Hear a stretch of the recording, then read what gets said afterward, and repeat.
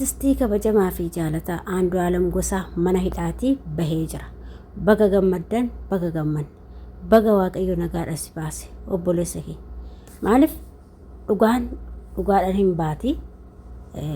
Akkuma jedhamu akka namni of kan osoo hin taane dhugaan karaa seeratiin baatee kunoo harka isaa qulqulluu ta'e mana hidhaatii bahee jira jechuudha. Walumaa galatti Andu'aalem Gosaa mana hidhaatii bahee jira jechuudha. Ashamaa akkam jirtu hordoftoota kabajamtoota chaanaala kootii kan biyya keessaa kan biyya alaa bakka jirtanitti nageenyi Waaqayyo isin haa baay'atu. Akkam jirtu waan obboleettiin keessan nagaa guutuu qaba isiniin jecha.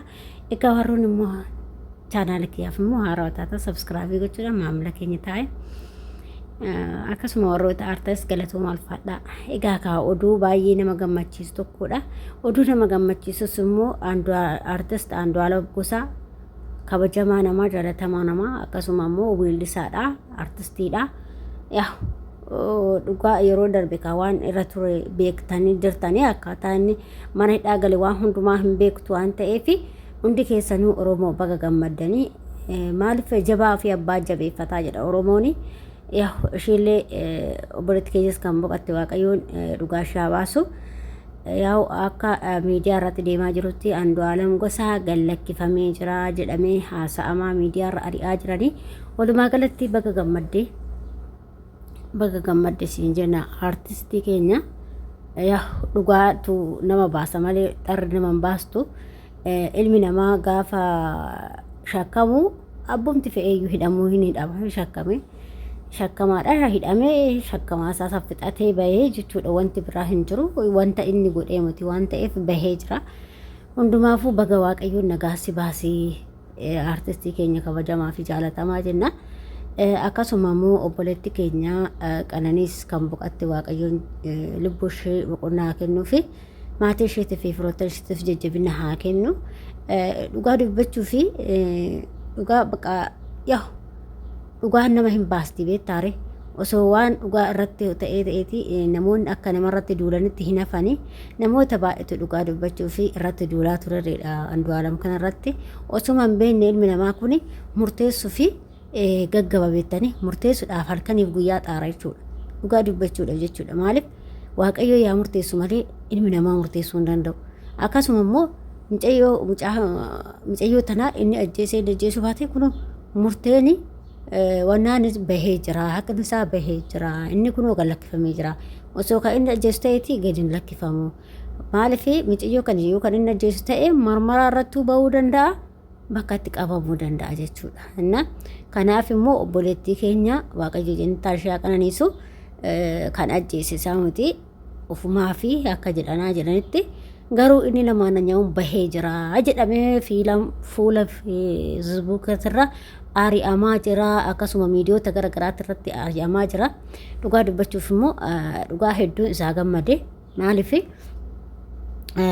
sanuu azanii irra jiru haadha manaa jechuun hanga inni ulfaata. Azanii osoo azanaa keessa jiru immoo azanii meeqa irfaa arga jechuudha. Maaliif haati manaa jalaa duute deebi'ee hin hidhame. Meeqa cinqamaa jiraachi keessatti jechuudha. Innaa ishee hin dhabee ofiifis mana hidhaa lixee jechuudha beektanii. Kanaaf dhugaan kunoo baatee jirti inni bahee jira baga baatee obboleetti keenyas Waaqayyo dhugaa ishee haa baasu. Inni akka qulqulluu ta'ee baheetti himaa jira miidiyaan. Hundumaafuu Andu'aalem baga nagaan baatee maatii keetis baga nagaan agartee ilmi Oromootis iji Oromootis baga ol sin agarsiise. Kaadduuti akkanumatti wal biraa nama ariirti malee oduu akkuma jirtan kanatti. Dhugaa Rabbii hedduus akka ishee mucayyoon toonis garaana nyaatti dhugaa Rabbii qalaali garaana nyaattu kaashii nama bakka dhugaa jirti boqottee bakka dhugaa ishee geesseerti isheen. Maaliif dhugaa nama geessuu miti nama moodelistiidha akkuma beektanii isheen Qananiin moodelistiidha jechuudha. Baay'ee nama akkasuma uffatoota aadaa Oromoo wantoota aadaa Oromoo kana hunda isaa ibsiti jechuudha. Mucayyoo qaxaleedha. Guyyuma namaa kana natti fakkaata beektanii gisee tokko duuti tuni akkaasumatti si Waaqayyoon kee ganama si galmeessatti duuta beekte sababa namaatiinis haa ta'u sababa okeetiinis haa ta'u sababa aariitii haa ta'u sababa waanuma garaagaraatiinis haa ta'u sababa saniif ilmi namaa kan boqotu jechuudha. Isheen bakka dhugaa jirti nuti bakka dharaa jira.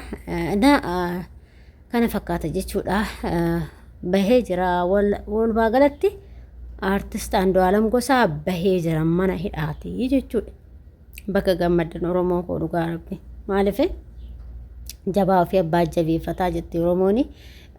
Artistii kana jabeeffachuudha maaliif aarsaa guddaa Oromoo biratti illee qaba. Akkasumas sirboonni isaallee Oromoo biratti fudhatama kan qabudha.